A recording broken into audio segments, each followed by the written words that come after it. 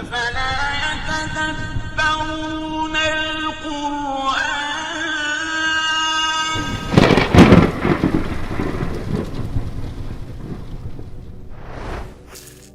In just a few words, Allah strikes a powerful example that sums up the reality of life.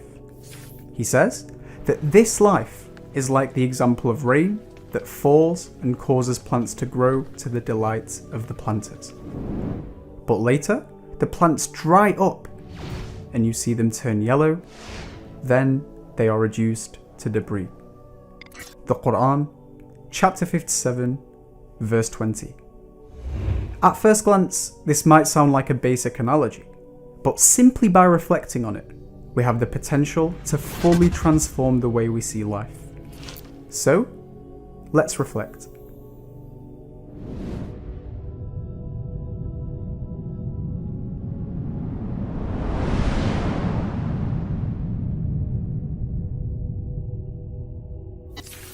When a planter plants a seed, there must be work done for it to grow.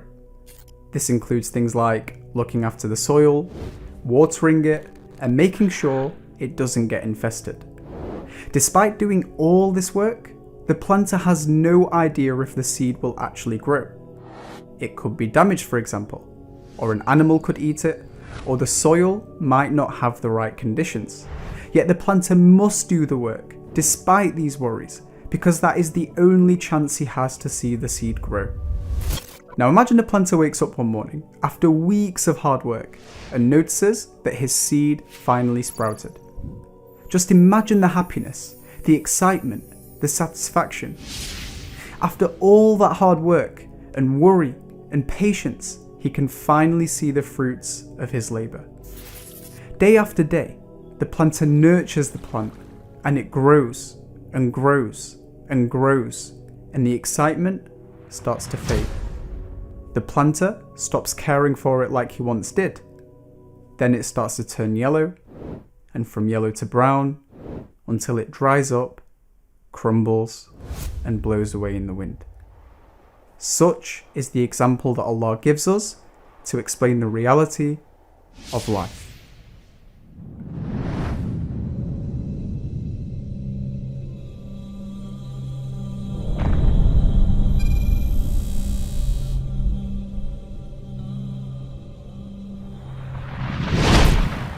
You see, my life and your life is like a seedbed.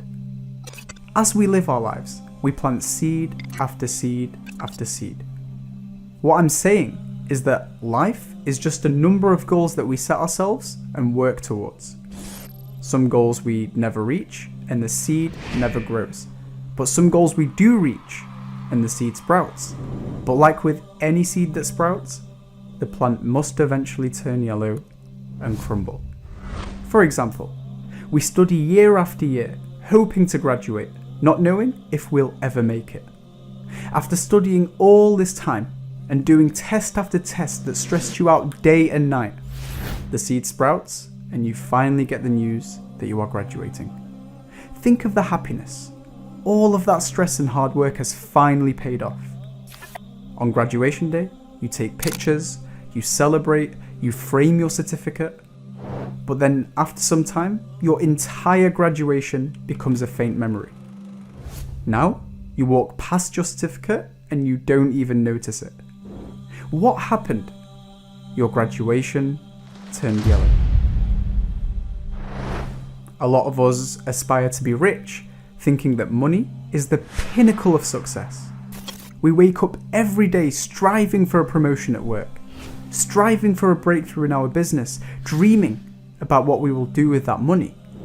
But in reality, after the seed sprouts and grows, you realize that financial freedom is not the source of true happiness or satisfaction.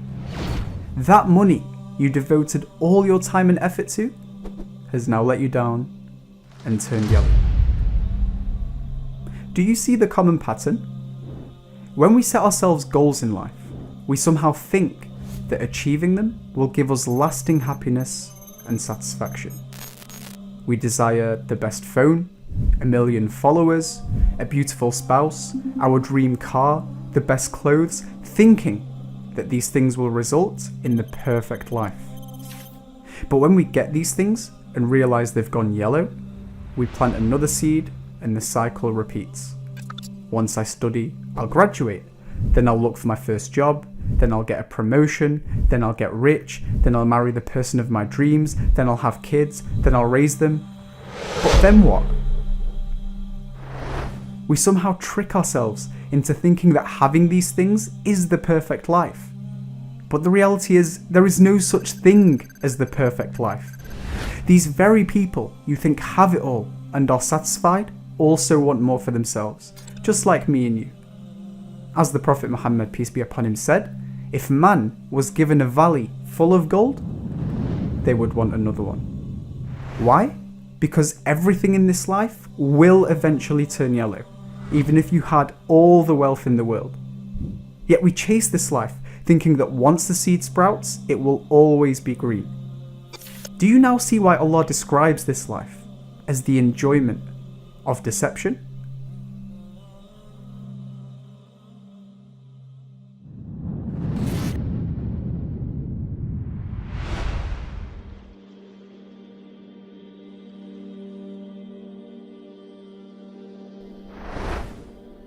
You see, the beauty of the Quran is that Allah never gives us the lock without the key.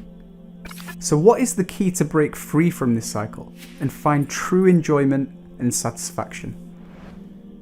The key is Islam. Why? Because Islam teaches us that our ultimate goal can only be achieved after we die. Let's internalize that for a second.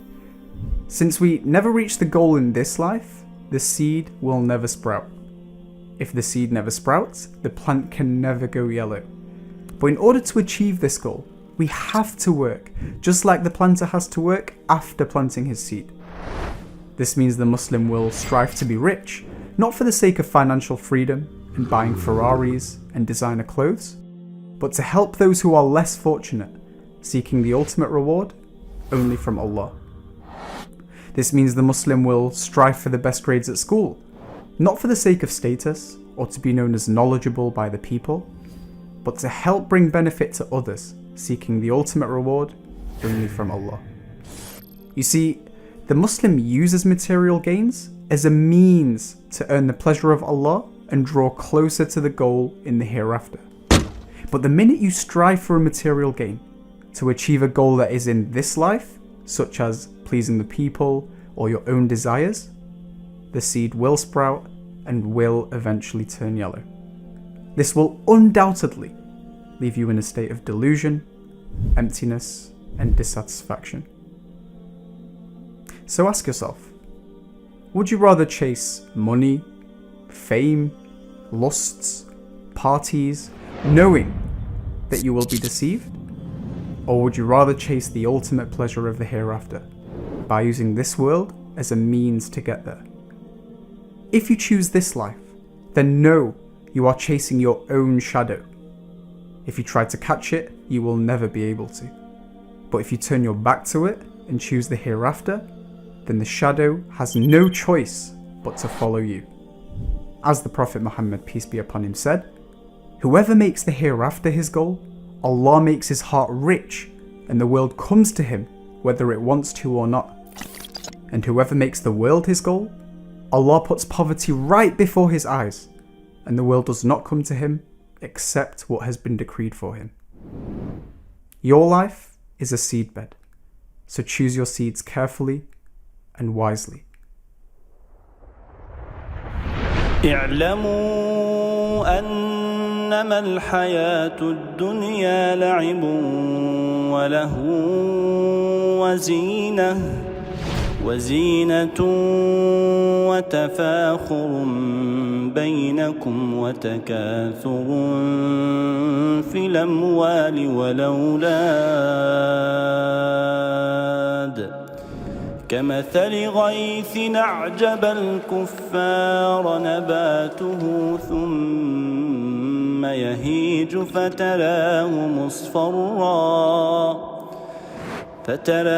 مصفرا ثم يكون حطاما وفي الآخرة عذاب شديد ومغفرة من الله ورضوان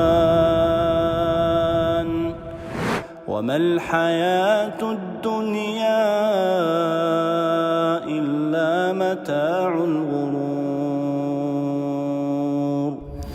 وما الحياة الدنيا إلا متاع الغرور